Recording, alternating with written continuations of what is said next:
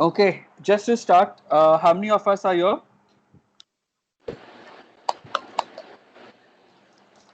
If I can have a quick round of introduction, then probably we can start then.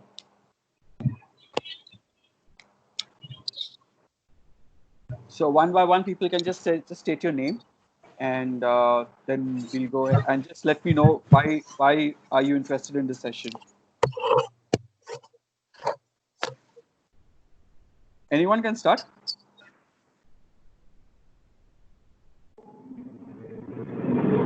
Hi Winston, this is Nitika. Hey Nitika. You got my name right, Nitika Sinha? Yeah, I got your name. So much of time. Hello, Winston. Hey, what's up? Hi, everybody. Hi, Winston. Okay, just state your name because I can't see everyone. So I know Nitika has joined. Who else is there? Winston, this is Shubha. Shubha. Hi Shubha, how are you? Thank you for joining. Thank you so much. Right, Sunil is there. I can see Shiva. Yes, sir. I can see Hassan. Hi, Vincent. Hi. Who else is there?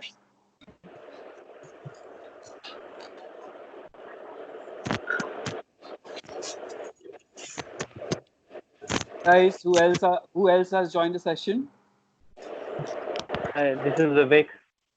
Vivek. Hi Vivek, how are you? I'm fine. Guys, please put yourself on mute. People who are not talking, please put yourself on mute. Okay. Halima, are you there? Yes, Winston, I'm here. Okay. Is Krupa there?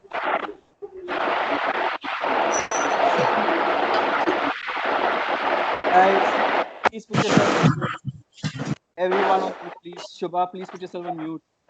Winston, your voice is very low. Okay, this is much better. There's a lot of background noise. To avoid the background noise, if people can put themselves on mute, it'll help.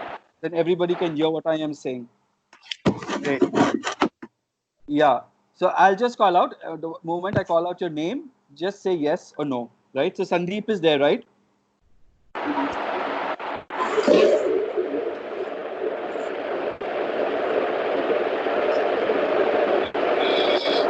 Sir, I like it, Gita. Sandeep, put yourself on mute. Hi, sir. Yes, who's Hi. this? Sunita. Hi, Sunita. Sunita, thank you for joining. Please put yourself on mute. Thank you. Okay, sir. Okay. Sandeep is there. Krupa is there. Yes, Winston. Hi, Krupa. How are you?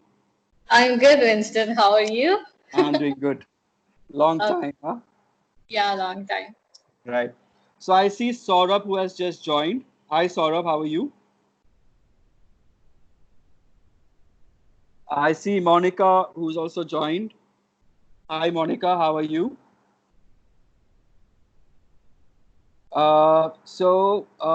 Shiva B. Who's Shiva B?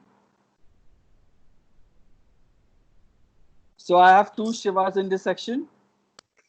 Sir, Shiva B is mine, sir. Sunita. Oh, Sunita. Okay. All right. All right. And I see Saurabh who has joined. I see Monica who has joined. I see Mr. Ramesh who has joined. Yes. Hi, Ramesh. Thank you for joining. Okay, sir. Shri Vijay has also joined. She just reminded me. Okay. Madalasa has also joined. Thank you for joining, Madalasa. Anyone else? Have I missed out anyone? No. So I have Nitika. I have Shubha, Sunil, Shiva, Hassan, Vivek, Halima, Sandeep, Sunita, Krupa, Saurabh, Monica. Then I have Ramesh, then Shri Vijay and Madalasa, right? Have I missed out anyone? No. So let's do this. Let's start the session. Okay. So before we start the session, I'd just like you to know my name is Winston, for those who don't know me yet. And I own a company called Quality Education and Deployment Private Limited. And the session that we're doing today is an introduction to transaction quality. And we're going to talk about a lot of things that probably we are not aware of in transaction quality. So guys, before we start the session, just a humble request, please mute yourself so that all of us can hear each other and be clear. So if you have a question, please type in the question in the chat box. I am always looking at the chat box, or you can keep the questions parked towards the end of the session. It will help us, go through the session in a very smooth way. Okay. I, in between, will ask if there are any questions. If you have any questions, yes, please ask then. Please don't ask anything out of turn. It will just delay whatever we're saying it. And we just have 2 hours allotted for this thing. And we'll try to finish this as soon as possible. Okay. Any questions so far? No questions? Okay. So I am going to start sharing my screen. Hi, Kirti. Kirti has also joined. Thank you for joining, Kirti.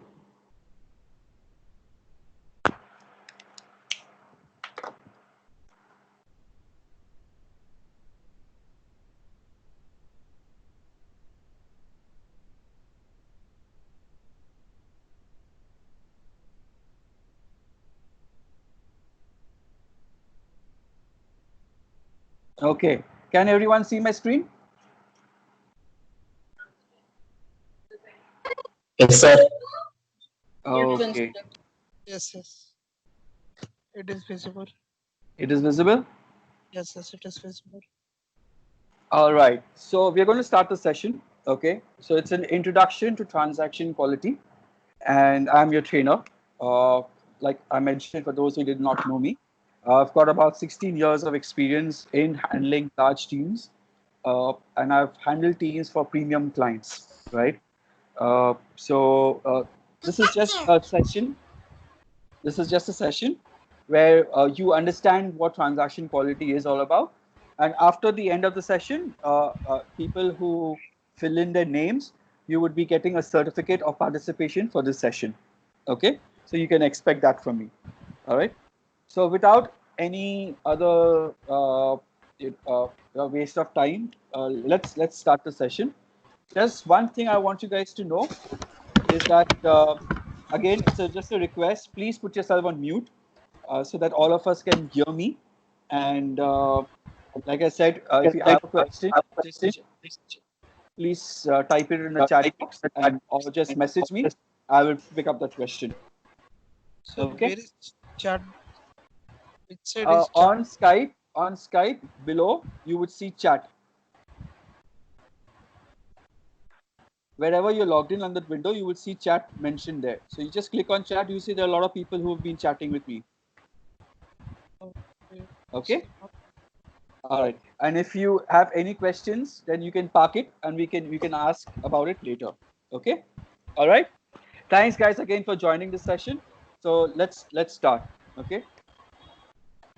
So this session basically is about introducing you to transaction quality, right? And letting you know why transaction quality is really, really important. Okay. And why you as a person should focus on doing this transaction quality and how it can benefit you, right? We will also look at a few basic terms through this session so that at least when you finish this session today, you would be able to do certain things at your job. All right.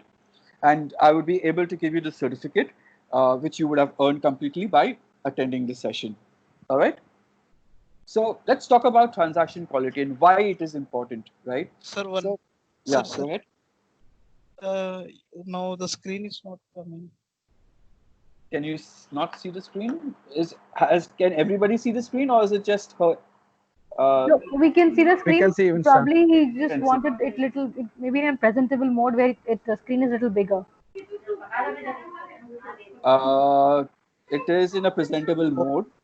So, yeah, right. I just Yeah. went to see the work, and after that I'm unable to see. Okay, so you just log off and log in again, you'll be able to see the screen. Just log in from the desktop or system. You can see. Yeah, you'll be able to see it.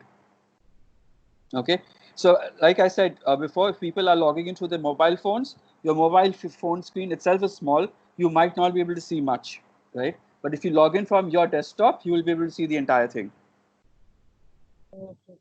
Okay, I'll start. Don't worry. I will be sharing the to everyone who's attending this. I will be sharing this PPT. Okay. All right. Great. So let's talk about quality. Why? What is quality? Right. So the few things come into our mind. One is that it is a measure of excellence. Okay. Uh, why we want to do quality is because we want to show that the organize. We want to tell people, tell stakeholders, tell clients that our organization is up to a certain quality level. Right. We want to improve on our products and services. Right. We want to improve on our processes. So that's why we deploy quality. All right.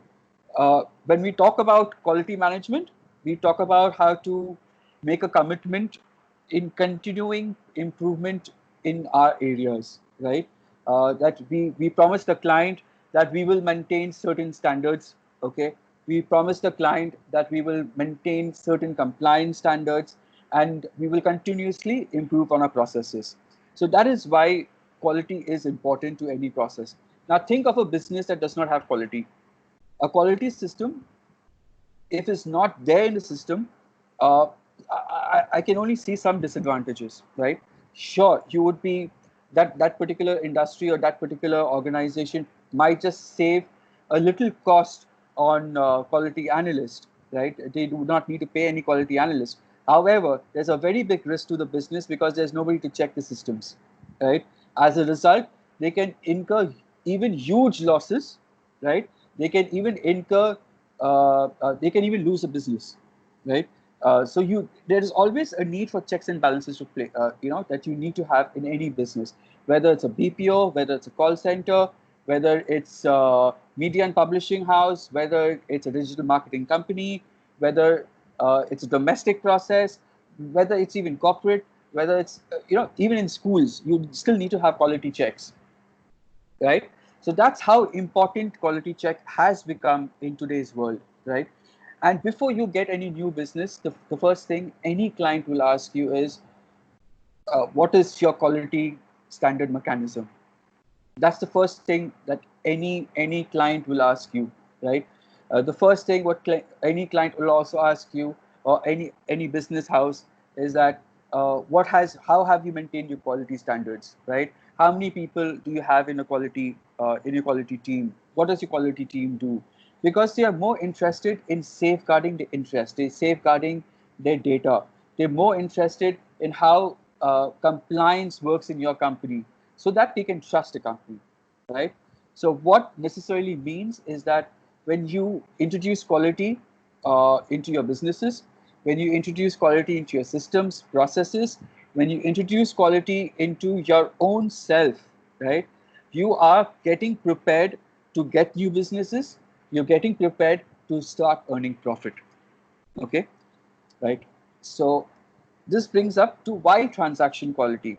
Now we've kind of done a study for the last 30 days, and this is the most recent one. I usually do this study every 3 months, right? And I keep updating this data. So this data is coming from basic, premium Naukri portals. Okay, so all your job portals that you know, like Naukri.com, Glassdoor. So I've taken these stats from here. Okay, so this will tell you that what is the prospect, what is the scope of a person who wants to get into this business, who wants to, you know, take this career forward, right? So the first thing is, let's take a job comparison, a salary comparison. Now the salary comparison, I've done it 3 major jobs. One is artificial intelligence, which has got a major hype right now, okay, and one is for data science, right, for which a lot of people who call them as data analysts, but they are data science. So it's you know what data science is all about, right? It's about just analyzing data and stuff like that, right? So when we did a comparison of remuneration, and this is the average remuneration, right? There would be a lower benchmark, there would be a higher benchmark for some people, but most of the people, when they were asked these type of questions, they landed up giving us this kind of answers, right? And this is basically people who we've got from the people who are working in this industry, right? So for a quality analyst, if a person is, say, about 2 years experience, he gets about an average salary of 5,40,000, right? If he's kind of experienced, his salary range would be around 14 lakhs, right? And when I'm talking about experience, is about 4 years of experience, 5 years of experience. His salary ranges from 14 lakhs in that bracket. Now you can take away 15% plus minus, because a lot depends upon how you negotiate on your salary, right? A lot depends upon the company you're joining as well, right? For someone who has taken up artificial intelligence as a career, right, his starting salary from starting to about mid-career, his salary is about 4,91,000, okay? And he also, when he gets experience, he gets about 14 lakhs, and experience, I mean about 4 or 5 years of experience, right? He gets about 14 lakhs as an average, right? And for data science, again, similar to what the quality analysts get, for people who are experienced, it's 5 lakhs, and he gets up to 10 lakhs if he's about 4 to 5 years of experience.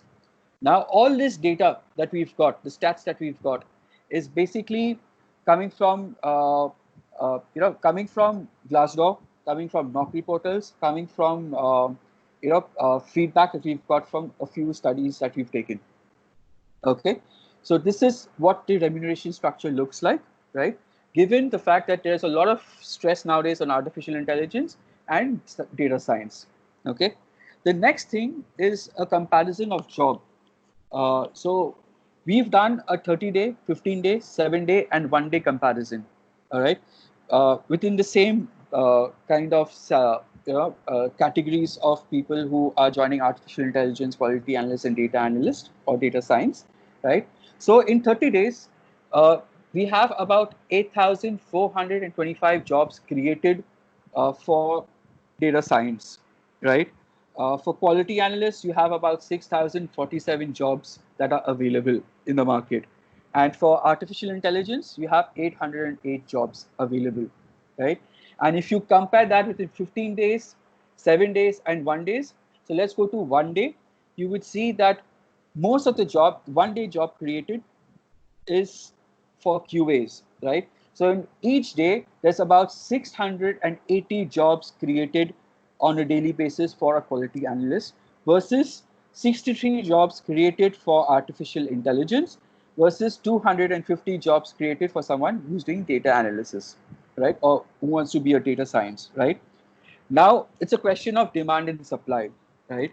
So it's quite simple. Now, you know, the salary bracket is right in front of you. You know, the stats are there, right? You know the job comparison, the market from where you can get most of your jobs from, right?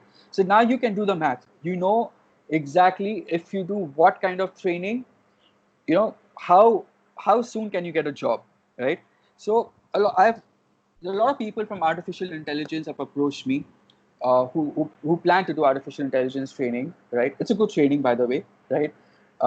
However, they're not getting jobs, right? So they spend a lot of money doing the training, but at the end of the day, they're still sitting idle at home without a job. Why? Because the job demand is not there at the moment, right?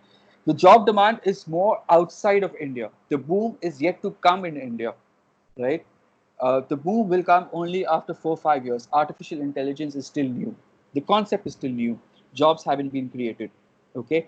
So then now you guys have to be smart enough to decide what to do, what to choose, what to learn, and how to get a job faster, okay? Because the need of the hour is to get as soon as possible, right? Because nobody wants to sit at home and keep thinking that I will get a job one day, and that one day will come after 3 years, 4 years, right? So my suggestion, my recommendation to everyone is do something, train yourself on something that you can get a job in about less than 1 month's time, or maybe in a week's time, right?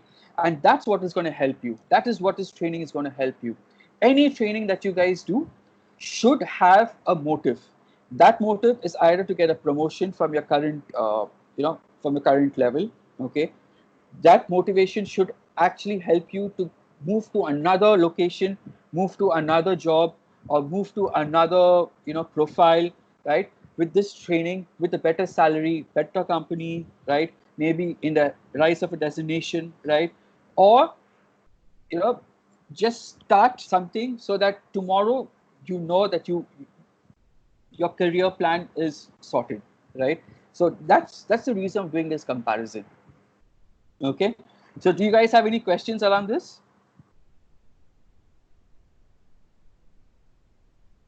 Okay, great. We'll continue. Okay, now let's just look on the scope of some quality analyst. Okay, so I'm not sure how many people know what TQM stands for, right? TQM stands for Total Quality Management. Now, basically, Total Quality Management is managing quality as a whole, okay? As an organization, how we manage quality, right? Then we have COPC. COPC stands for Customer Operations Performance Center. It's mainly triggered around operations, right? Then we have Six Sigma. All of us know what Six Sigma is. That's mainly driving improvement in corporate areas, okay? Now we are introducing this session or this kind of training called TQE. All right. Now TQE basically is what? TQE is amalgamation of TQM, COPC, and Six Sigma. Okay. This is a very customized course. Okay, which covers a lot of everything into this course. Okay. So which makes this course a very complete course for a person who wants to pursue a career in transaction quality. Right. So remember the 6,000 odd jobs that are available, right? If you do this training, right, this training will help you secure the job. Mute, please. Yeah, any questions? Yeah, thank you. If there are no questions, please put yourself on mute. All right. Okay, so like I said, TQE would help you secure your job, right? Now, a lot of us who are sitting here in this session, some of us are quality analysts already. Some of us have been quality analysts, right? Some of us aspire to be quality analyst, okay? And some of us also aspire to have QAs in our companies, right? Or some of us want to introduce a quality system in our companies, right? So this part actually tells you what you need to do, how you need to do, what is it that you need to learn, what is it that you need to possess, the skill set that you need to have, and and how you interact with the clients, how you interact with the stakeholders, because this is a complete course that will just help a QA to grow from a QA to a quality team leader, from a quality team leader to quality AM or manager, right? From a manager perspective, the skill sets required is a little different, okay? So this is what we have.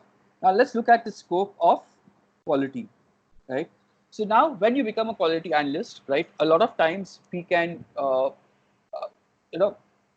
okay, so let's just step back a little and let me explain it this way, right? So you become a quality analyst, right? So you have one road open for you. That road is continue as a quality analyst. You grow in that role. You become a quality manager, a leader. You become a quality manager, and then so on and so forth. Okay. There are also other scopes which are available to you.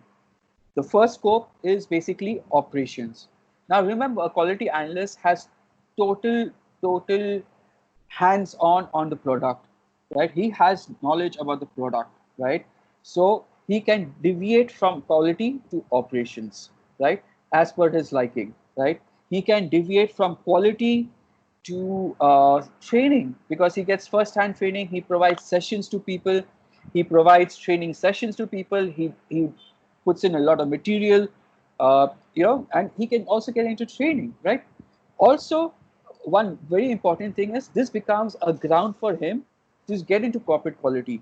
Now, corporate quality are the people who basically, who sit right on top, and then they go ahead and they tell you this needs to be done, that needs to be done, right? They take up improvement projects, Six Sigma, Green Belt improvement projects, Black Belt improvement projects, and they basically run the organization from outside the operations, right? So that's what corporate quality is, right? And I don't see this scope in any other roles. And when you talk about artificial intelligence, you're just doing one thing. You become a data. You just do machine learning, and what is there? You just do coding, right? And from that, all you have to do is go ahead and you grow within that role, right? But you don't have any other options available for you, right? Similarly for data science, you don't have any other options available for you but grow in that role, which takes about 4 to 5 years, by the way, right? So again, summing up, quality analyst, once you do it, you can get into corporate quality. So that's one scope. You can get into operations, that's the second scope. Then you can get into training, that's third scope. Or if you choose to remain in quality and you follow the line of the chain, you can become a quality lead and a quality manager, so on and so forth. Okay, clear? All right. Any questions? No, great. All right, so now let's talk about definition of transaction quality. So let's define transaction quality. So the easiest definition is transaction quality. It's a method in which we can gauge defects, right, from a day-to-day transaction of any product or service, right, which gives a snapshot of the current or previous week's data. Okay, so basically it tells us what are the defects, what is the health of the project, right, and the people who are doing this activity are known as quality analysts. Now this chart which you see right now, yeah, go ahead. Excuse me, sir. Yes, tell me. Sir, like transaction quality. So in this transaction quality, what are the products or services that we are giving to the industries? Like any specific product? Any product you can think of. If it is, even if it's a credit card, right? Even if it is ad, right? Even if it is even if it is basically a bottle that you're trying to sell, right? Any product that needs to be sold in the market, any product that needs to be sent to a customer, you would need a transaction quality auditor to do transactions if you are doing service. Okay. Now services could be BPO services. Services could be customer service in BPO, call center. Services can also be digital marketing services. Services could also be, business development services. Any service where you have a client relationship, right? You can deploy transaction quality. Okay, sir.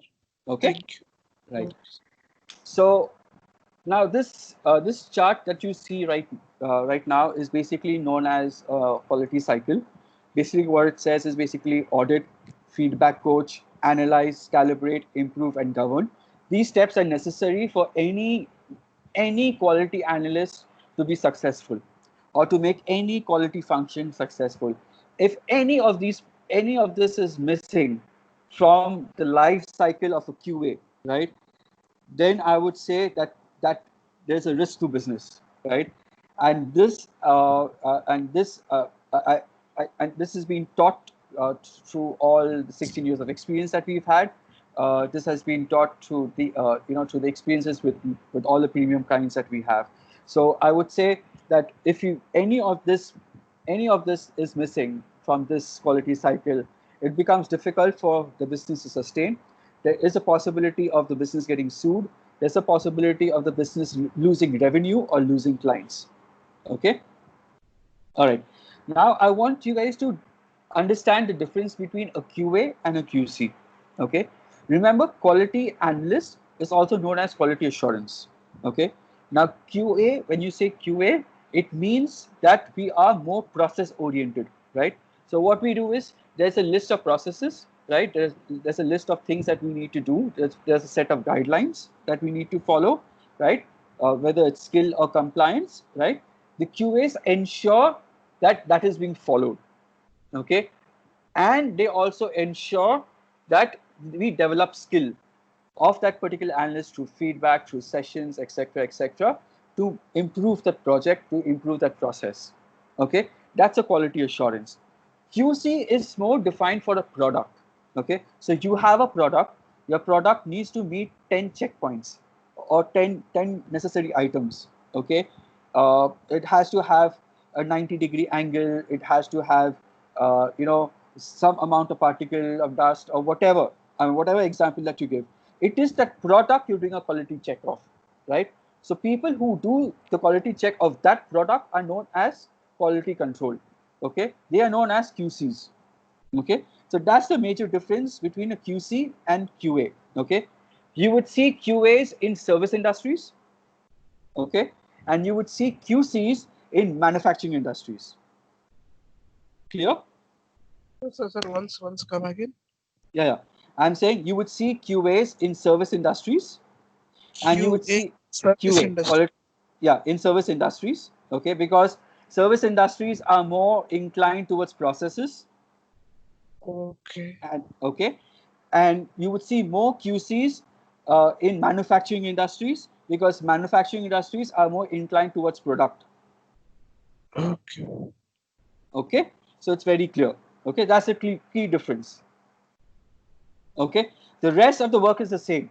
Okay, how you make a checklist, how you make a monitoring sheet, everything else is the same, but the difference of definition is just this: QC manufacturing, QA is for service industries. Okay. All right, so let's move on. So now let's talk about certain benefits. In other words, can we say a QA for process and QC for product? Yes. Okay, thank you. Okay. So now let's talk about benefits of transaction quality system. The first benefit, and I briefly touched upon this some time back. Okay. First is we give a commitment. It's a commitment made in the organization. Okay, to validate any transactions that we do. Okay, this commitment leads to more clients. This commitment leads to even getting bonuses for companies, for employees. This commitment also leads to increment in salaries. Okay, this commitment also leads to getting more jobs. Okay, it also measures performance, for the company, for the project, right? As per client interaction. So there are client requests, there are client asks. Okay, any quality analyst or any company who deploys this method, they are able to measure and provide statistics to the client, which gains client confidence. Okay, we are also able to go ahead and understand what are the gaps. Not every process is perfect, right? There would be gaps seen. Okay, but what is important is to analyze those gaps and fix those gaps. So this system allows you to do that. Okay, this system also allows you to coach agents and improve on the gaps that are seen. Okay, this system also defines benchmarks. Have you ever thought, why is your quality score 90%? Why not 89%? Why not 85%? Why not 100%? Right? There is a benchmarking method. There is a benchmarking mechanism, and your measuring of your transactions plays a vital role in benchmarking.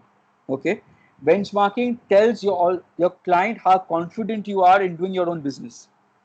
Okay, so that's how important benchmarking also is, and that's how important it is to do those transactions, right? So what also happens when you introduce transaction quality in your system is basically you document a lot of policies, processes, you document client commitments so that everything is black and white, and then tomorrow there is no gray area where somebody can deny things, right? And of course, when you do all this, it promotes improvement in the systems, improvement in self, and improvement in the relationship between a company as well as the client. Okay, and all this leads to customer satisfaction. Okay, clear? So these are some of the benefits of transaction quality. Winston, Latika here. Yeah, one quick question. So regarding the benchmarking that you were talking about, so ideally, as for the COPP also that I have heard, if a company or an organization or a particular process is not meeting the benchmark that is set continuously, like suppose for 3-4 weeks, ideally should be revised, no? Yeah, so okay, so let's talk about benchmarking for just 1 minute. Okay. So benchmarking has two things. One is either the process is new, either the process is old. Okay. So if the process is new, you do not have any other means to go back, to fall back on in terms of defects, in terms of transactions for that particular process. So you would need to go ahead and define a benchmark, right? How you define that benchmark is if you have similar projects, okay, or you know companies with similar projects. For example, so let's say ABC is a company, okay, and XYZ is a company, and now you have similar client, and XYZ is an older client, and they have benchmark, say their quality score as 90%, right? ABC does not have any previous experience of doing a similar type of job. However, because XYZ has done a similar type of job, right, can or may use the same benchmark, okay? Because and you might want to look at getting data from them, 1 year data or 6 months data, to study what has been their average score. Then that becomes your benchmark. Then your benchmark will move from month 0 to month 6. Month 6, you give yourself a new benchmark, which will help you redefine your benchmark. Okay, so your benchmark will move from 0 and to month 6. Okay, and you redefine that. Okay, so say suppose at the start of the project your benchmark was 85%. Now that you move into 6 months of the new project, now you can keep your benchmark at 90% depending upon how you perform. Okay, so that's for a new process.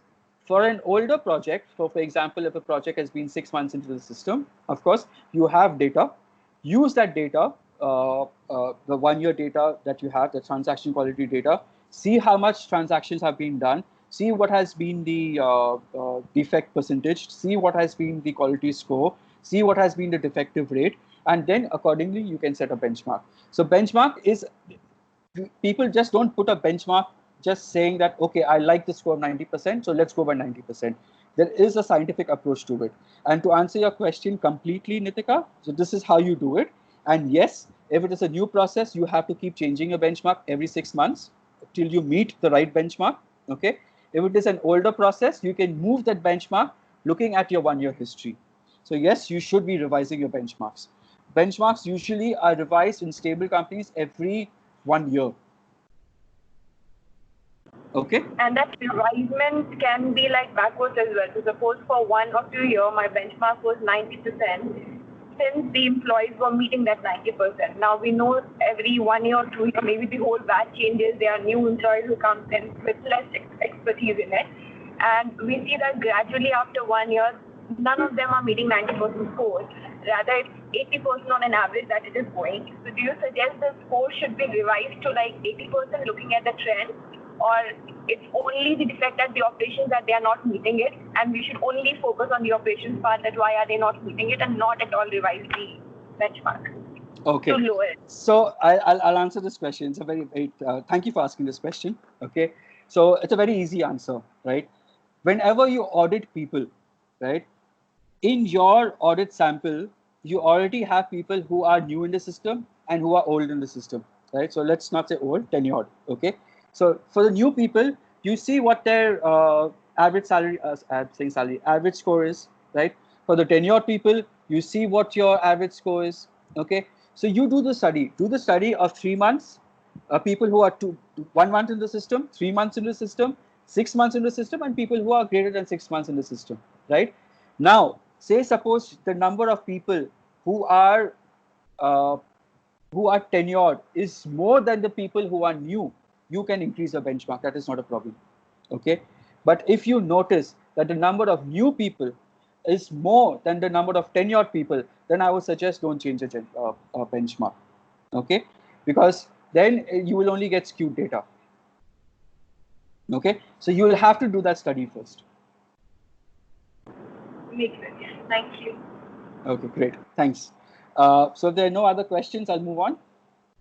I just have a question. This is not related to this slide, but the previous one where my name is Divya, sorry. Again, You were talking about the demarcation of quality assurance and quality manager, right? And you somehow established like control is always related to manufacturing, and the assurance is related to industry, service industry, correct, right?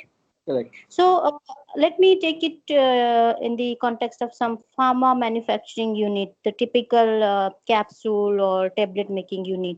So Correct. there, I understand there is a QC. They are continuously testing the tablets and capsules quality. Okay, Mhm. assays and other things they are doing. Correct. But quality assurance exists as well in that unit, which Yes, is yes, involved it the does. Correct. In validation sales, in sales. process validation and all. So, how you demark it as an industry or manufacturing? Because the industry itself is a manufacturing industry, right? But the pharma manufacturing industry. Correct. So, Correct. the roles Very will good question. Thank you, Divya, for asking this question. Okay, so now it's for pharma. Okay, so let's talk about two things. One is sales, one is manufacturing. All right. Now it's the same pharma industry doing both. Okay.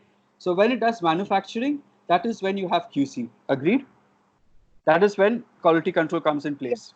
Okay. Yes. Now when it does sales, that becomes a process. That becomes a service. Okay. That is when you have QA. So the same company can have both QCs and QAs. Okay. Here the QCs could be scientists. Here the QCs could be doctors for a pharma industry, because they will do that quality check of that tablet, of that medicine, because it has to have certain percentage of certain amount of drug, right? So you would need QCs as doctors. Okay, so that's how important that is, that QC check. But the moment that drug needs to be sold to a market, okay, that becomes a service. So then that is when you need quality analyst or quality assurance. That becomes a process itself. So this way, it will be safe to say that process is and services is for QAs, that is quality analyst and quality assurance, and for manufacturing and product, it is quality control. Clear? Yeah, thanks. And just to subsequent to it, so suppose when you talk about audits, so audits will be mainly done on the QA processes, It because can be that is done on both. An audit is done on both. See, in this, I'll take you forward to certain audits. Okay, so there are certain audit systems. Okay, I have not covered here, but I can talk to you about it briefly. Okay, so you have something known as quality monitoring sheet. You have checklist. So and you also have it's mute. Thank you. Great. So I will take you through that, right? So you would get to know when a checklist needs to be done, when how an audit sheet needs to be created, for what it is important to create a checklist, for what it is important to create a transaction monitoring sheet, what types of monitoring sheets are there. We will come to that. Okay. Thank you very much. Thanks, Divya. Okay. So now let's look at a quality analyst skill set. Now, we just briefly spoke about what a QA is, right? A QA is a person who is actually going ahead and performing an audit for a project or a process or an organization. And his skill sets basically are this, okay? So he needs to have very, very good knowledge about the product, because only if he has good knowledge about the product can he do some audit, okay? His communication should be good, right? Both verbal and written. Why? Because verbal, he speaks to the client. So when he is interacting with the client, uh, you know, having a verbal interaction means you need to have a very strong language skill. Okay. Plus, you should be in a position to convince people. Why? Because when you give feedback to people, when you coach people, you should be able to go ahead and tell these people that what is right, what is wrong, how it needs to be done, right? And that communication needs to be done in a proper way, right? You need to have some leadership qualities, because by nature you would have teams reporting to you as a quality analyst, though you would be see, when you're a quality analyst, you don't get one person to audit. you get a few people to take care of. You get a few people to audit. Why you need these leadership qualities is because you would need to move them from point A to point B. If they're not meeting a threshold or a benchmark or a quality score, okay, you need to move them from point A to point B, that is meeting that benchmark or exceeding the benchmark, and that can only be done by leading the team. Okay, so which means you should be able to take responsibilities, take ownership, you should be able to guide analysts. So that's where your leadership qualities come into place. So that is the interpersonal skill that you need to have. Okay, and of course you need to be disciplined, you should be competent, good attendance, you should be basically, like I say, you should strive to become a role model for someone you're auditing, right? That person should be looking up to you. And if that person is looking up to you, it means that you just need to be disciplined. Okay. And of course, the most important quality of a quality analyst, and you need to have good skills in that, is basically you need to have eye for detail and you need to have to present your data. Okay. And last but not the least, also important, is you need to know how to report. Now, all that you have audited, all that that you have gone ahead and given feedback on, you have to give a report. You have to give a report to your manager, your team leader, your organization process stakeholders, your client, your stakeholders, any stakeholders, right? You need to know how to do a little bit of MIS. You need to have the reporting skill. Okay, so this is the skill set required for someone who needs to develop themselves as a QA or needs to grow in that field. Okay, so this is the qualities. All right. If there are no questions, I'll just move on. Okay, now let's look at different types of auditing systems. Okay, the first is side by side. Now I'm not sure how many people have done this kind of auditing.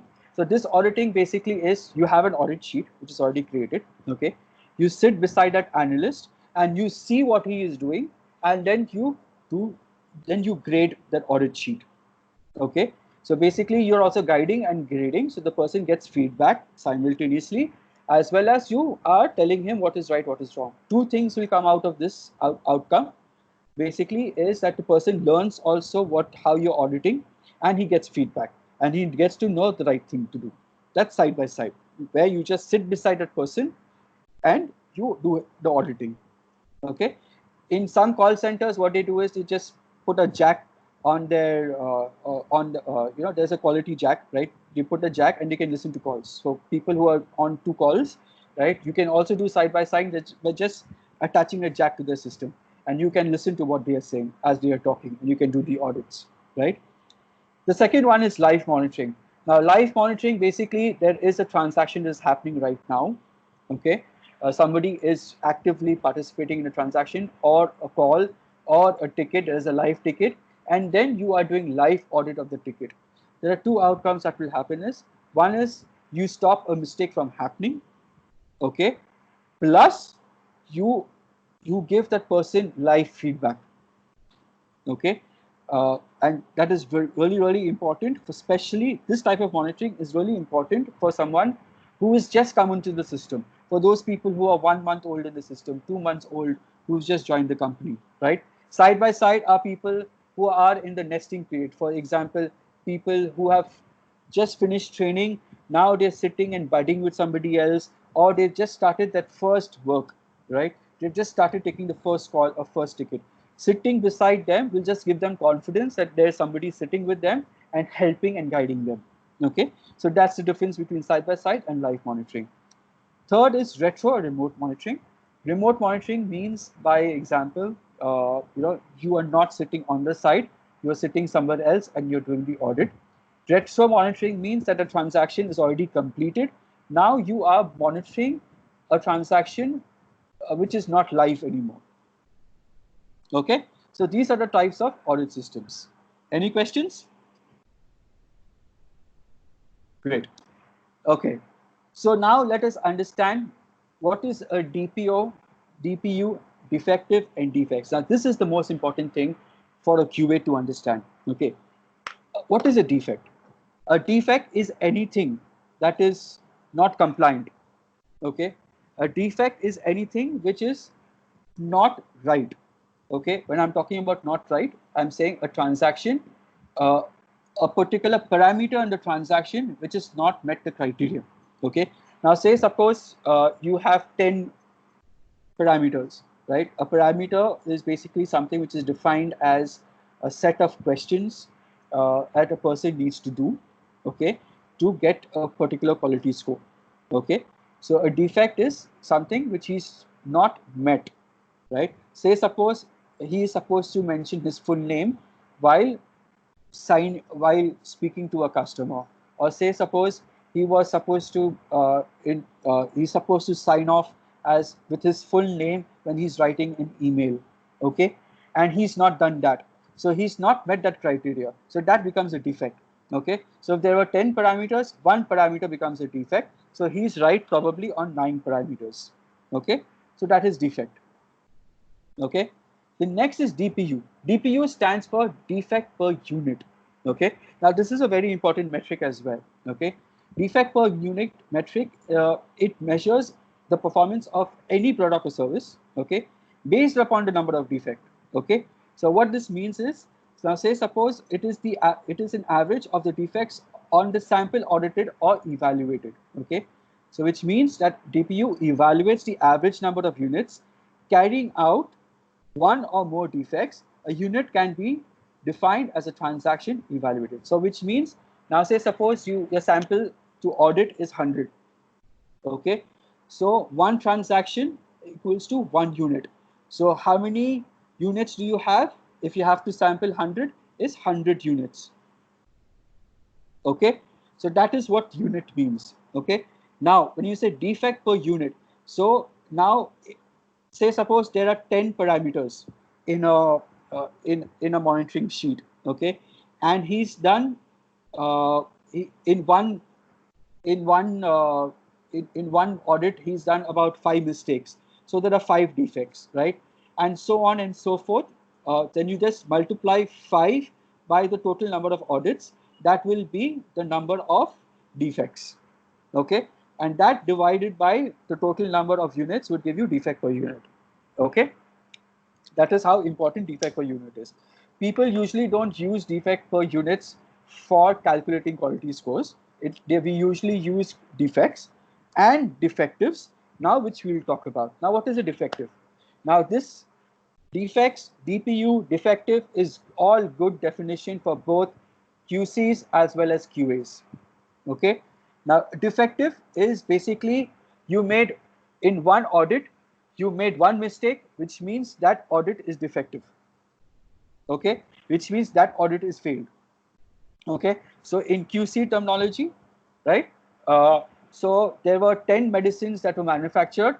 In that one medicine, one did not meet a part of a component, which means that medicine entirely is defective. Okay, that medicine has to be thrown. That medicine cannot be sold. Okay, so that is defective. Similarly, in service, right, in a monitoring sheet, if there is one transaction, okay, and in one transaction, if there is even one mistake, that the entire quality score becomes 0, that is known as defective. Okay. DPMO means defect per million opportunity. It is basically how many defects are there in every million opportunity. This calculation is used to calculate the Six Sigma or the Sigma level of the project or the company. Okay, simple. Any questions so far? Great. Now let's look at some roles and responsibilities of QA and QA lead. Okay, so the QA lead, QA basically what we do is monitor cases, calls or tickets. We share feedback. We review DSAT analysis. We do DSAT analysis, update trackers. We create and lead deep dive presentations, sessions. We track closure. We attend calibration and lead calibration sessions.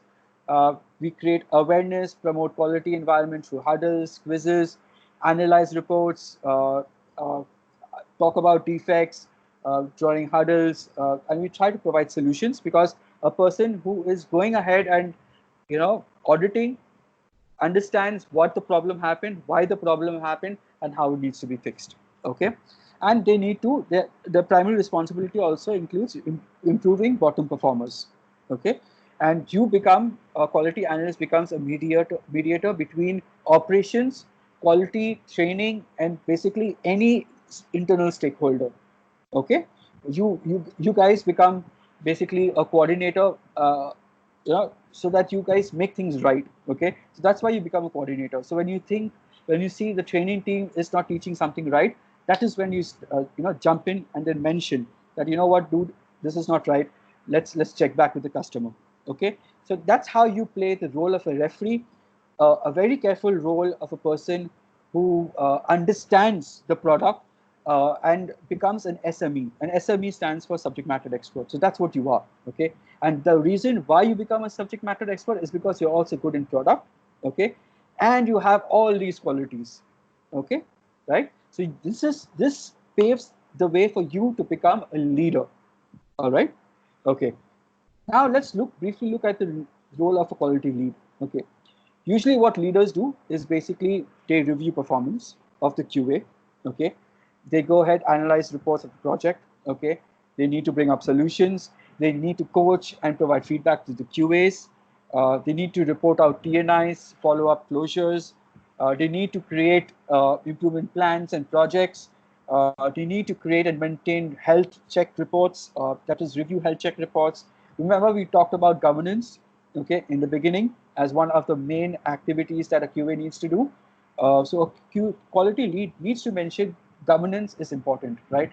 Governance is basically the health of the project, right? You can put in 100 systems in place, but the 100 system does not mean anything if you don't monitor the systems, right? So that's how important this role of quality lead is. Okay, you also need to document, track, review incidents, escalations, and respond to escalations. That is usually what the role of QA is. Okay, a quality lead is.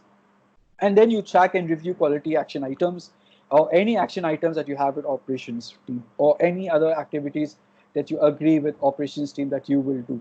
Okay, the most important thing of a QA lead is you need to lead by example. Okay, so that's the most important quality that you need to have. Okay, now let's talk about audit sheet. Okay, so basically an audit sheet is a sheet. It's a set of parameters, to cut it short, set of parameters, right, that helps you gauge the performance of that transaction or that audit or that call or that ticket, right? It helps you just gauge that. Okay, how you do it is what I'm going to talk to you, briefly explain that to you. Okay, how a quality score is calculated usually, okay, is basically total points gained divided by total points possible. Okay, 70% of the organizations use this formula. Okay, there are other organizations that use different formulas. Okay, so we'll talk about that when we get there. Okay, very important thing that you need to understand before you go ahead and create a monitoring sheet is you need to understand CTQ. CTQ means critical to quality, right? So basically what this does is it tells you, it tells you the key things that your project needs to focus on, right? Key things that your project needs to be compliant on, right? So how do you do this activity? You do this activity by using a CTQ tree. Okay, a CTQ tree basically is a tool, okay, that you need, where you list down all critical aspects of the business, all right, and then you decide what drives that business, what drives that behavior, what drives that issue. Okay, so that helps you understand what the problem is and what needs to be fixed to drive that problem. For one example, I can talk about CTQ that we had is basically one compliance parameter is accuracy. Okay, now if your information is not accurate, okay, it means that it is misleading. Okay, it means it is dissatisfying the customer. Okay, it means that it could also you can lose that customer. That customer can sue you. You can lose that business. Okay, so one of your critical parameter becomes critical quality parameter becomes accuracy. Okay, now what drives accuracy? Now a lot of things can drive accuracy, right? So what drives that accuracy? Those are the things that you need to list. Okay, and what is the requirement to fix that is what you need to list. Now your requirement 1, requirement 2, requirement 3 they are the ones that become your parameters. Okay, sometimes you can go ahead and put them as a definition. So that is why in some monitoring sheets you would have one parameter, and then you would have definitions for those parameters as to what you will be gauging to make sure that you don't goof up in that parameter, right? Or what is expected out of a person to deliver that service is what is mentioned during the definition of that parameter. Okay, that is how you make a monitoring sheet. Okay, so we don't make a monitoring sheet because my quality manager asked me to put this. No, it happens because there is a study that happens. Okay, you need to define the CTQs. That CTQ is defined by these statement of work which is sent by the client at times, or through your training programs, right? You identify those CTQs. You need to have a discussion with your manager, operations, training, clients, right? And come up with a CTQ diagram and freeze on it, and then you can make your monitoring sheet. It is not an easy task. It is a scientific approach. Otherwise, what will happen is if you just make a monitoring sheet out of the blue without giving a little thought to it, you will have to every month you will see yourself changing the monitoring sheet because something or the other would not have been captured and needs to be captured now. Okay, so better rolling out a sheet which is half incomplete. Okay, you rather do that homework, fix the CTQs, understand the problems, requirements, and what needs to be fixed, and then go ahead, make your monitoring sheet. So that's how you do it. Okay, some tips. Okay, like I mentioned, identify your critical needs. Okay, you brainstorm with your seniors, colleagues, peers, operations team, or anyone who represents the client. Okay, you identify the drivers, and then you identify the performance requirements. Like I said, you put that in your definition that you need to put, you need to say this and this and this while when you are writing a ticket, when you are saying this on the call. So that is what you need. Operational definitions are required. Okay. Now, like somebody asked me the types of monitoring sheet. Okay. So you have a binary. Binary means yes, no. Okay. Then you have weighted. Okay. Weighted means basically each parameter has a certain percentage to it. Okay. And then you have usable points. People who have been working in Google already know the system. Okay. So usable points means that you assume that the score is 100, and every time a person makes a mistake, that person loses the score of that parameter. Okay, so if the weight of the parameter is 10, so instead of getting 100, you will now get 90. If he makes another mistake and the weight of that score is 20, you get 70 because it's minus 100 minus 30, so on and so forth. Weighted score, I'll explain once again, is every parameter you give a weightage.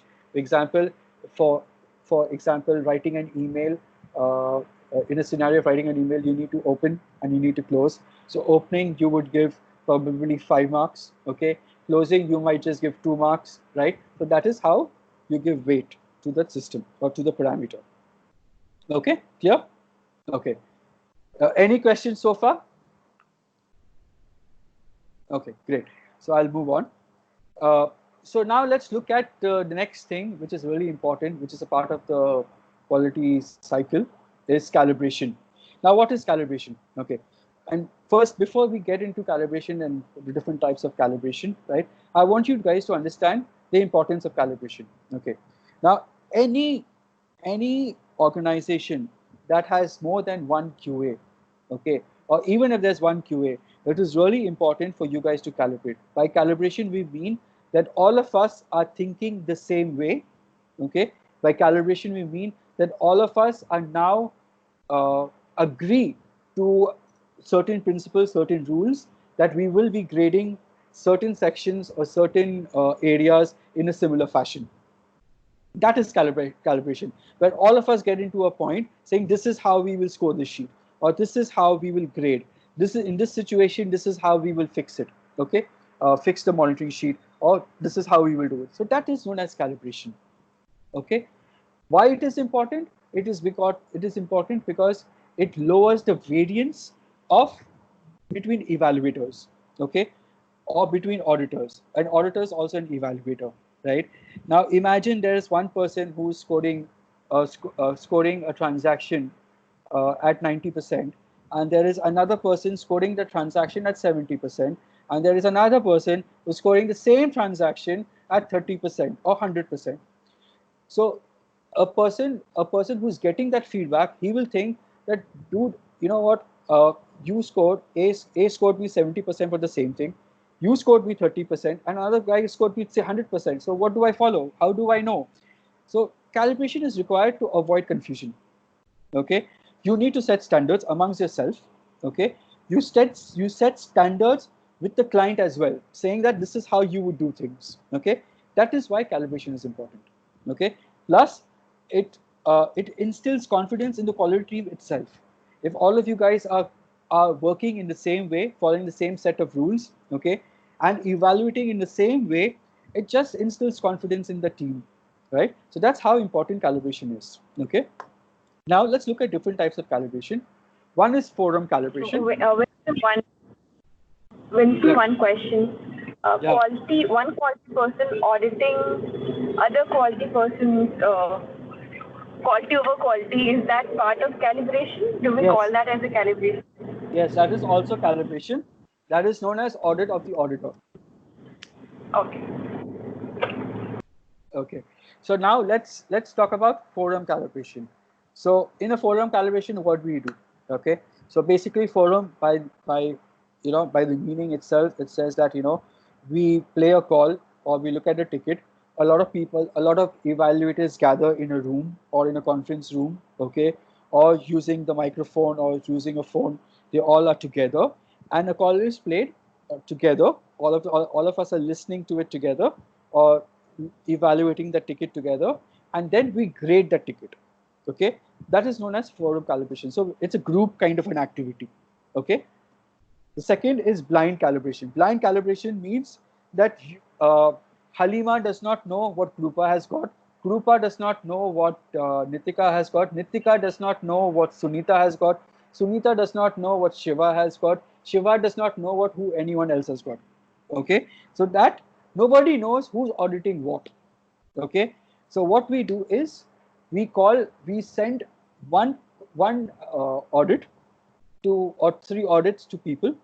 Okay, and they do not know that anyone has got the same kind of an audit. Okay, and they audit it. Okay, so that is known as blind calibration, where nobody knows what beforehand, that what is going to be audited. They get to audit it. Okay, and then we have a discussion around it. That is known as blind calibration, and the process is very simple. Okay. Okay. Then you have internal calibration. Internal calibration is something that you guys would have heard of. Okay. Internal calibration basically happens when all the QAs sit with the team leaders or amongst themselves and calibrate. Okay. External calibration happens with the client or even operations. Okay. Now, verification process. This is a process where basically, okay. Now, a lot of times, basically, you have multiple centers having the same service. Okay, and the same client. Okay, so basically verification process is a process of calibration where all the centers sit together and calibrate. Okay, so that is how a verification process happens. Okay, then you have external calibration, like we talked about. You have a master calibrator. It is done between the client and QAs, the calibration. Okay, so those are the calibration types. Gauge R&R is specifically used in a lot of industries. What it is known as repeatability and reproducibility. The benefits basically are that for a QA or for a system, it foolproofs a system from making mistakes, repeated mistakes, and it just gives confidence to any management that the QAs are really good. So that is when you do gauge R&R. Some people do it, some organizations don't do it. How you do the gauge R&R? Basically, 10 to 15 tickets are taken. You have a master calibrator, which is you can have the client as a master calibrator, or you can have the quality manager be the master calibrator, right? And then amongst yourselves, you guys do a blind audit, and that blind audit is then tracked. And after it is tracked, then the reports are published, and that is how you do gauge R&R. Okay, and basically the importance of this is after it is graded and after discussion is done, then after a week later, the same set of QAs and same set of tickets are again given back to the QAs, to do an audit just to see if they are making the same mistakes or now they have learned. Okay, so that is how it is gauge R&R. Remember, gauge R&R means repeatability and reproducibility. Okay, now very important. Again, I keep saying important because all these topics are important, and I've actually chosen some important topics for this session here. Okay, a lot of us need to understand RCAs, or which is known as root cause analysis, and kappa. Okay, root cause analysis basically is 5 whys. Okay, so if there's a problem, you need to ask yourself why the problem happened. Okay, you ask yourself again what caused the problem or why the problem again happened. Okay, so basically you need to keep asking 5 whys till you get to the bottom of the issue, which means that that would be the real answer for you to fix. Okay, for example, if a person is making a mistake, is making an accuracy mistake, the first thing that you would need to do is you would need to ask yourself, why did he make that mistake? There could be multiple reasons. It could be because he's a new analyst. Okay, it could be because training was not given or he skipped the training. Anything. Then you need to ask yourself. Now, for example, he skipped the training. You need to ask yourself, why did he skip the training? Okay, was it told? Was it not told? Okay, was it he was deliberately absent? Not deliberately absent? Okay, then you need to again mention why. Why was he deliberately absent? Was he if the person just skipped it, or how did he skip it? Could the session be transferred to some other time? Could the session happen at a later stage? All those things would, the 5 whys will help you identify the root cause of the problem. And the last why, if you give the answer to the last why, give a solution to the last why, okay, you actually would eradicate that problem. Okay, so that's how 5 whys actually work. Okay, now you don't have to wait till the 5 why. Okay, maybe on the 3rd why itself you get the right answer. Okay, you fix it on the 3rd why itself, you probably can get the right answer, but usually it takes 5 whys for you to fix the problem. Kappa is basically corrective action and preventive action. Corrective action basically is things that what is corrective action? Corrective action is basically an issue has happened. Now, what are you going to do to correct that issue? Okay. Preventive action is basically an action that will avoid a future circumstance to happen, a future issue to happen, by putting a preventive action. Okay. So basically, what it is split. It is a split between 2 functions: corrective action. Okay, which is corrective action basically is derived from RCA, that is root cause action. Okay, as a root cause analysis. When you do an RCA, then you can put a corrective measure to that. Okay, the first goal of the corrective action is to find the root cause based upon events or error that preceded the problem. The second goal is to take action directed at the root cause or the error. Okay, that is corrective action. Preventive action is basically lessons learned. So basically, you're saying that you would go ahead and make sure things like this will not happen in future, right? That becomes a preventive action. Okay. This is a brief of a template of how a kappa tracker needs to look like. Basically, you have a date of entry, issue, problem statement, root cause, corrective actions, preventive actions, who's the owner of the topic, what is the closure date, preventive action, implementation date, and what is the status of it. Okay. Guys, any questions? Okay, great. So, No, sir. yeah, go ahead. No questions, right? Yeah, no question. Okay. So now the most important thing is reports. Now look at this diagram carefully. Okay. The report, it starts with a quality score. Okay, that is here. Okay. Then you have defect analysis here. Then you have defect trends here. Then you have TNI. TNI stands for training need identification. Then you have action items. How important is this report? Your report needs to have the structure. Okay. This report basically tells you exactly how it works. Okay. How a report needs to look like. Okay. Why is a report important? A report is important because it tells any project owner, a client, your manager, right, what is the health of the project. That is what a report is. A report also helps people identify what the problems are and fix gaps. Okay, a report also identifies and improvement projects, right? You have improvement projects based upon reports. Improvement projects actually depend upon your reports, right? Whether it's a Six Sigma project, which is a green belt, black belt, or any project, even if it's a PMP project, right?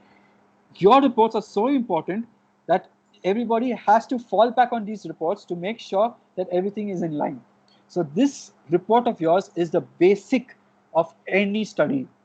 Okay, all the hard work that you've done in auditing, giving feedback, etc., giving sessions, all this translates to this report. This report is basically shows the fruit of whatever you've done. Okay. Now, reporting tips. Your report should have a summary sheet. Okay, your summary sheet basically talks about observations. Okay, it should contain some bullet points of improvements seen and opportunities, and you should mention some next steps there. That becomes the summary. Okay, so that's the summary. So when people, when your bosses read a report, they don't want to go everything in detail sometimes, right? They want to just see the snapshot. When they get a snapshot, they get an idea whether the report is good or report is bad. When some bosses are like this, that when they see the report is fine, the summary sheet is fine, then they don't even get into details. Okay, there are some bosses that when they see the report is not fine, then they start getting into details. Okay, then they ask too many questions. Okay, so that's how important your summary sheet is. Okay, you analyze defects. The data analysis needs to be there. Okay, you should slice and dice data. You should whatever data that you have got, you have to graphically represent the data. You need to make sense out of the data so somebody else understands what you're trying to present. Okay, you need to share what are the problem areas. You need to share how much is that problem area. You need to share how can that problem area can also be fixed. Okay. You need to create a robust action item. Like I mentioned, you need to share how the problem can be fixed, which means you need to share action items. When you share action items, you mention things that you need to do to fix it. It not necessarily means that you as a QA would have to fix it. It could be just operations that has to fix it. It could be something that's like HR that needs to fix something. It could be transport. It could be anything, right? So that's what you need to fix, right? So you just mention the action points. Beside those action points, you just mention the name of the owner who needs to fix that issue, and you give them a timeline, and you track the problem to closure. Okay. So now it comes to the last point of the reporting tip, which is basically communicate follow-up dates or action taken. So this is where basically you tell now people, okay, this is the action item, this is what we need to do, and this is how we need to track things, and you keep communicating that to the clients or your business owners. Okay. Any questions on reporting? Okay. Next is client and stakeholder management. Now, guys, these are very important skill sets that are required for you to manage your client and stakeholder. Okay. I'm just going to talk about these skill sets. Okay. And this is something that you need to do. Okay. You need to really be patient. Okay. Because a lot of times what happens is you can get overwhelmed with what the client is asking you to do. Okay. But you need to be patient. You need to be calm. Okay. That's the first criteria for your success. Okay. You need to be attentive. Okay. Reason why you need to be attentive, a lot of times a client might tell you, or a stakeholder might just tell you, and that stakeholder could be anybody. That stakeholder could be the manager of training. That stakeholder could be the manager of operations. It could even be team leader of operations if he has to be a stakeholder, right? The reason why you need to be attentive is because there could be a lot of times that the person is giving a statement which is not true. Okay, so you need to be so attentive that you can tackle that issue. Okay, what happens when you are attentive and you tackle that issue then and there is that it avoids any misfortunes or misadventure happening at a later stage. Okay, you need to do rapport building with people, because rapport building is really important when you are doing it with your analyst, people who are your coaching, people which are stakeholders. If you have a good relationship with people, things generally work out. Okay, communication, like I said, your communication needs to be crisp. You need to be able to connect. That's all I can say. Okay, your product understanding needs to be really good. You should never give up. You should always pursue, and you should always keep your do your work on time. You should complete work before deadline or on deadline. Okay, just in case if you are not able to meet deadlines, try to ask for more time, but don't try to do that too often, because then that will have a negative perception about you. Okay, again, keep updating client about improvements that you're doing. That's a key. Not just clients, your stakeholders. Keep updating them. They want to know what you're doing, right? Your clients sometimes are not sitting with you, right? They are blind. Okay. A lot of times your operation managers are not seeing what you're doing. They don't see the hard work that you're doing, right? You need to keep updating what you're doing. Okay. That you know that enables you to to come that just enables you to come on top of the chain. That's what I can say, right? If you get to know, basically, that I'm taking a training session now, I'm taking a training session, you will also get to know that I'm trying to do something else, right? Then you will say that Winston is doing something. Okay, but if you don't hear from me, then you will say, what is Winston doing? Clear? So that again becomes a perception. So you need to also control that perception. Go ahead. Somebody is asking a question. Okay. Please show empathy when it is required. Okay. Just don't be so blunt. Don't I would say show empathy, especially with people, analysts, because they are the ones who take all your feedback, right? They are the ones who need to listen to you. So if you empathize with the situation, they would listen to you. Okay, and always be available. That's a key mantra. Never say no. Please don't contact me now. Okay, try and help them whenever they approach you. Okay, that will just help you. Okay, whether it's an analyst, whether it's an operation manager, whether it's a client, especially a client. Never say no to a client. Till the time you have to say no. Okay, you also need to tell them no at one point of time. So you need to be very careful about this. Don't always say yes and don't always say no. Okay, be approachable, but also be selective at what you think you can do. Okay, anything else? So guys, more or less this training is done. So with this, I like to introduce to you the TQE course. Okay, the TQE course is basically the Transaction Quality Excellence course. Okay, uh, uh, the primary motive of this session is to let you know what are the things that you can do, why it is important for you. Okay, and this course basically, there are a lot of things that you can learn in this course. One is you've already been introduced to transaction quality, right? Or you've just been introduced to a part of it, but there are lots to this subject, right? Basically, how to fix your CSATs, how to fix the defects, how to calculate defects, right? How to calculate DPMO, right? All those will be taught to you when you do this excellence course. There are case studies, there are exercises that you would have to do that are being taught to you, that will be shared with you, right? Then you will learn 7QC tools, how it is applicable to your industry, how you create different checklists, how do you even do a sample size calculation that determines what is the sample that you need to audit. All that will be shared with you, all that will be taught to you with examples. How to create a report. So there's a step-by-step approach of how to create a report. There will be templates shared with you, and then how you do quality governance. What are the key criteria? How do you tap problems? How do you fix those problems? If there's a manager giving you a problem, how you can fix that? How you can fix that manager, how you can fix a colleague. All that will be taught to you during this day when you do this transaction quality. And of course, we have a detail on client and stakeholder management skills, which is itself is a huge subject. And we teach you all the tips, tricks, and traits of how to manage this. And this course highlight basically helps you understand and do your work to perfection. Okay, so if you're QA, I can guarantee you this: if you do this, you learn this, and you are successful in this, right? I can guarantee you to get to become a team leader. Okay, if you're a team leader, I can guarantee you that you can become an assistant manager. Okay, because this is what you really need to do. You really need to know these basic things, and if you don't know any of these basic things, it's going to be difficult for you to shine. It's going to be difficult for you to get highlighted.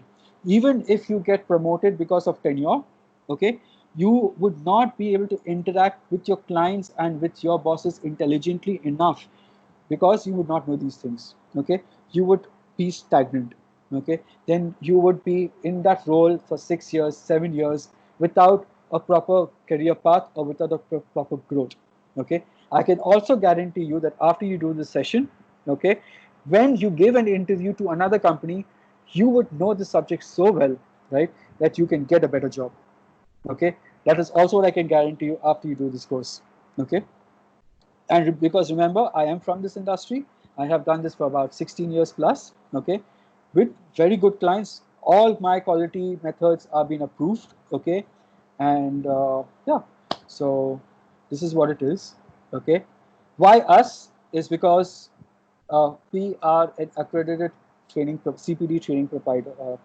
CPD stands for Continuing Professional Development. It's a global establishment. Okay, uh, then all our courses are CPD accredited. So which means even whatever I'm teaching you in the TQE course, which is a certification course, that has been given a global stamp. Okay, which means it has been carefully scrutinized and has got a good to go from a global CPD accredited group, which is now us as well. Okay, now it's a highly skilled trainer. I am the official trainer for this. Okay, uh, your course is acknowledged by premium clients. Okay, uh, and then it is highly recommended course by industry experts. All right, and then of course once you do this with us, we also help you with we assist you with getting a job. All right, post you complete everything successfully. Okay, now these are some of the people who've endorsed the company. Some are from HCL, some are from Accenture, some are from Cycus, Infotech. Cycus is basically an e-commerce company. It's also yeah. There are other companies that have also endorsed us, but I've just limited to 3 over here. All right. So this is what it is all about, guys. Thank you for the session. Okay. If you have any questions now, please ask me. We can use the next 15 to 20 minutes to address all your questions. Any questions, guys?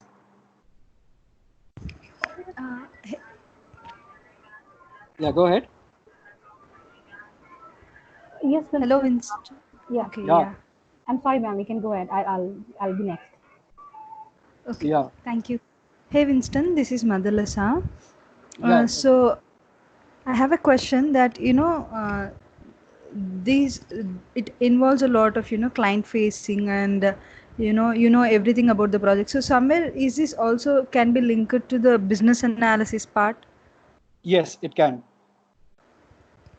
So, the training session which you were like, just told the TQE. So I just wanted to know in what phases that would help us, like transformation from a QA to BA. Right. So it's okay. So a QA basically is remember a QA has product knowledge, right? A QA understands the product pretty well, understands the client pretty well, right? A QA also understands how to do analysis, right? Now, what does a business analyst do? Let's look at his or hers role.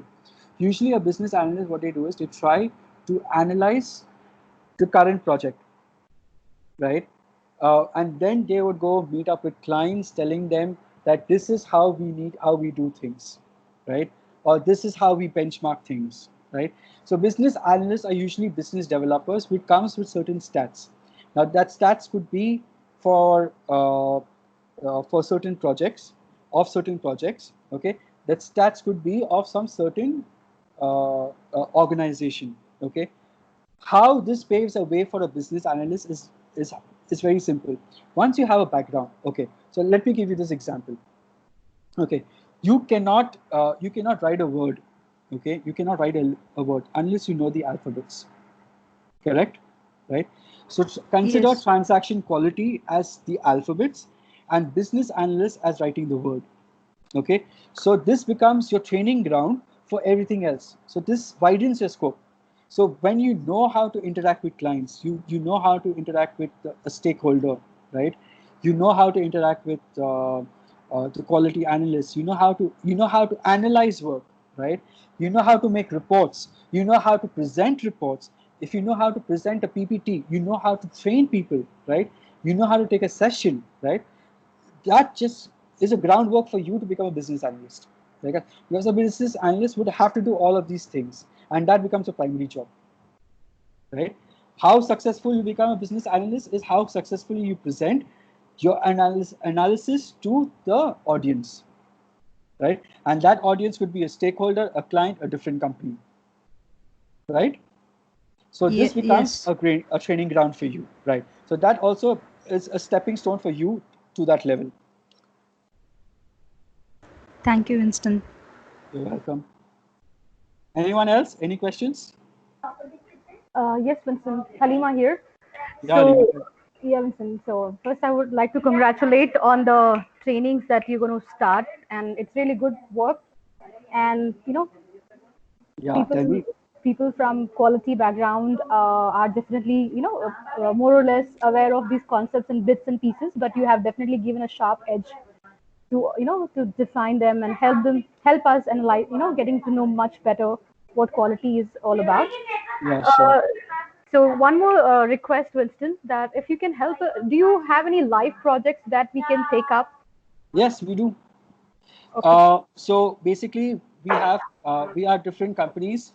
So we also have an outsourcing company, right? So our company is basically an education company. We also do digital marketing. Plus, we also have outsourcing. So we have a lot of clients already. Okay. So somebody who is basically a fresher, right, and who wants to go ahead and do a project, you're always welcome to our office. Okay. We have already projects that are live, right? So you can just take a 1 month, intern and try to do something on your own in my company. That is not a problem at all. So there are a lot of projects that we have. Plus, I have tie-ups with other companies, Yeah. right? There are a So lot of that startups. yeah, that will be great, Winston, because that will help us, working in our live projects. That will definitely enhance our skills. And Yeah. and your training does cover people management as well, So a bit of. stakeholder and client management is actually people management, right? Huh? It covers a lot on that. Acha, that's nice. So, Wilson, all that being said, people who are already in the session, so it definitely gives a hint that people have interest to learn. So, do we have any special discount for the people who have joined today, being a Sunday? Right. I knew you would ask me this question. Yes. Yeah. So our course actually starts at 15,000 rupees. Okay. Okay. But for people who are doing this session, the course is at 8,499 rupees. Okay. That's Okay. good. Yeah, Yeah. that's a good deal, So Winston. 8,499 rupees. Okay. Now to avail this, I am sending a form right now in this group chat. I Okay. would request people to click on that form. Okay. One is when you click on this form, you'll have to tell me your full name. Just answer the questions there. I would be able to send you the certificate. Okay, for this session. Okay. Uh, Plus, you can nominate yourself for the transaction quality excellence course. Okay. Uh, yeah, and also you would need to give me a rating of this session. So please grade this training from a scale of 1 to 5, 1 being the lowest, 5 being the highest. Okay, this will help me just improve my session. And so when I have more seminars or webinars like this, I can put in more topics, right? Okay, just give me 1 second and I would be able to go ahead and share. And how feasible is it for the working professionals, Winston? And now being the situation being the pandemic situation, how feasible it's for us? Uh, And I would Feasible. prefer a classroom training, honestly. if I would like to join, I would go for a classroom training. Yeah, so we have classroom as well as online trainings available. The classroom trainings will happen in Gachibowli, okay? And online trainings like Skype, it will happen via Skype. So we have both the provisions. That is not a problem. Acha. And is the pricing differs for online classes and the classroom training? Yeah, the pricing slightly differs. Okay. Yeah, for online it is like 8,400, like I mentioned, for 8,499. Okay, and for a classroom training, it's going to cost about 10,000 bucks. Okay. Okay, so guys, I am sending you the form. It's a Google form. Okay, so just fill in this questionnaire. All right. It's a request. If you can do it right now, I would be able to also then communicate with you, and we can go ahead and think. If just check if you can, guys. Please click this form and check if you can view it and make those corrections. I mean, enter data. Just check this form. Yes, Winston, I can view that. You want me to fill it as a test? Yes, yes. No, I mean, don't fill it as a test. Just fill it now. Oh, okay. Sure. We'll do it. Okay. Yep. And if you're not able to fill it, then just let me know. I can make, if there's any problem, I can fix it right now. Sure. I'm doing it right away. The price I've already mentioned, it's 8,499 for this course.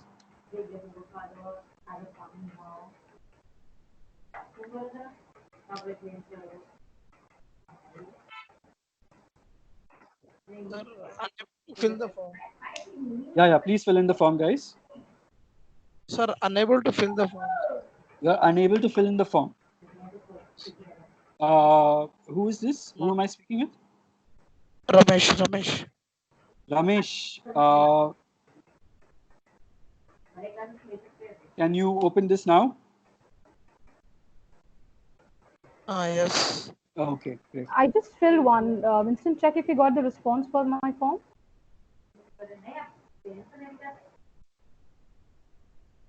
Okay, I'll just check it. 1 second.